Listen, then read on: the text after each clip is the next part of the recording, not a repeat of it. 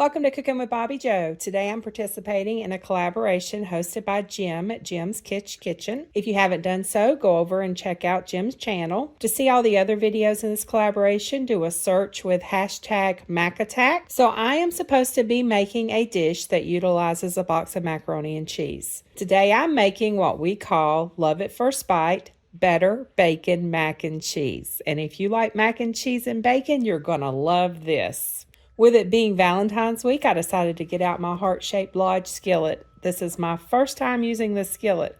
So one of my subscribers, Linda, she sent me this skillet as a Christmas and early birthday gift. And my birthday is on Valentine's Day, so it was the perfect birthday gift.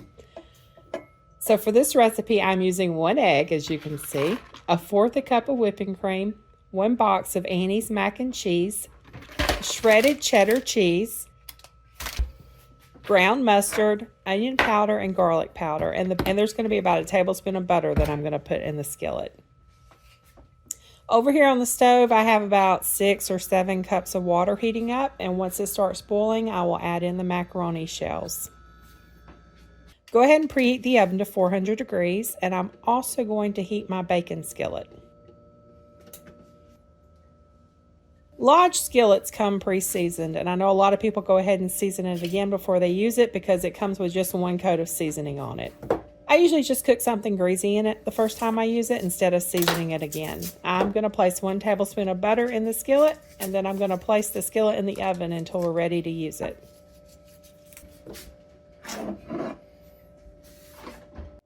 Okay, next is the bacon.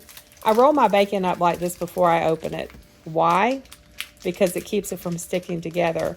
You know how aggravating it is to try to peel bacon pieces off of each other and they're just falling all apart? Well, if you roll it up like this, they usually do not stick together. And I also open the pack from the side instead of from the top.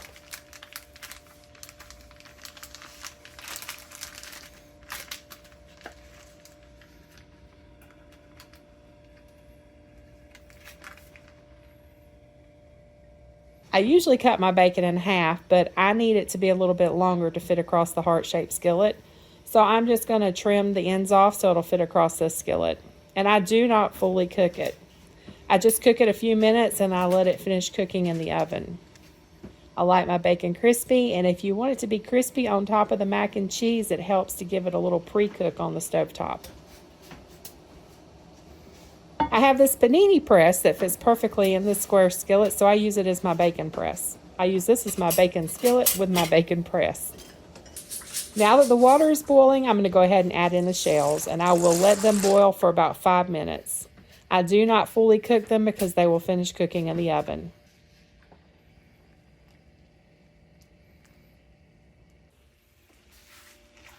Let's flip the bacon.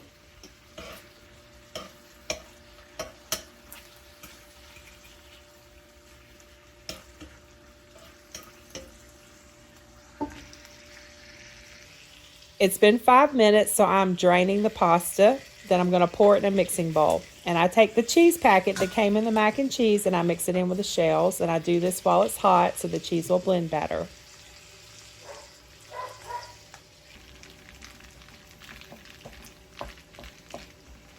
I'm going to add in 1/4 teaspoon of mustard,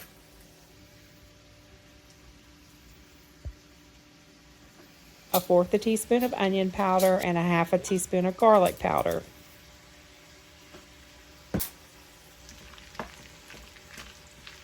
Then beat the egg and mix it in.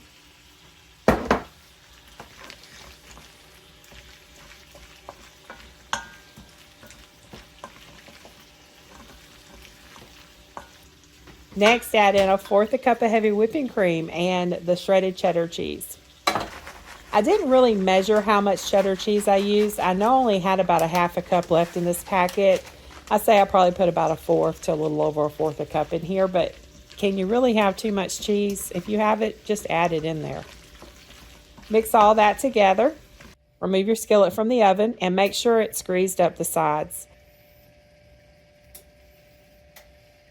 I just get a basting brush and make sure the butter covers all the sides.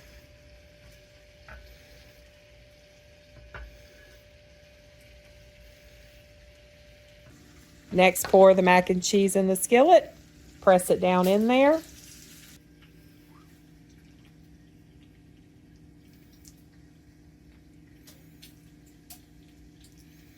Now I'm just going to weave the bacon on top. As you can see, the bacon is not fully cooked.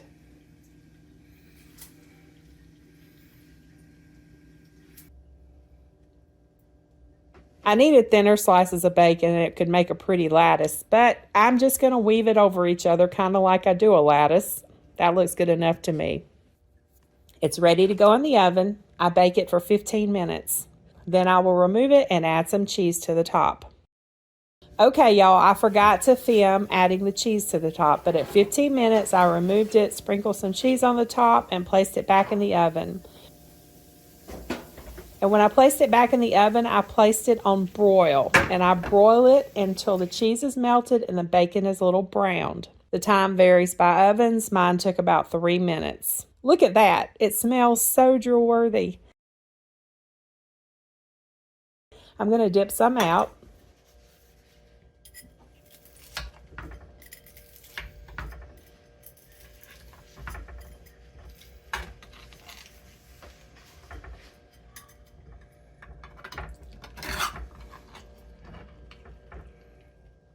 See, it didn't stick to the new skillet. The key is making sure it's hot and oiled before you add anything to it. Okay, let's see what Steve thinks.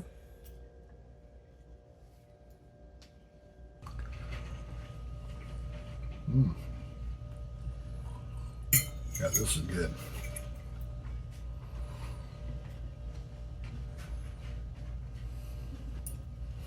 Does it taste like boxed macaroni and cheese? No. I like these type noodles too, the half shell type things, whatever they are. Mm-hmm. They're really good. The smell, the bacon's perfect. It's just slightly crunchy, which is, you know, this side of crispy. Yeah. 2 thumbs up and drool worthy. And thank you for your review. You're welcome. Well, there you have it. Love at first bite. Better bacon mac and cheese. This is something your family is sure to love. Thank you, Jim, for inviting me to participate in this collaboration. It was a lot of fun.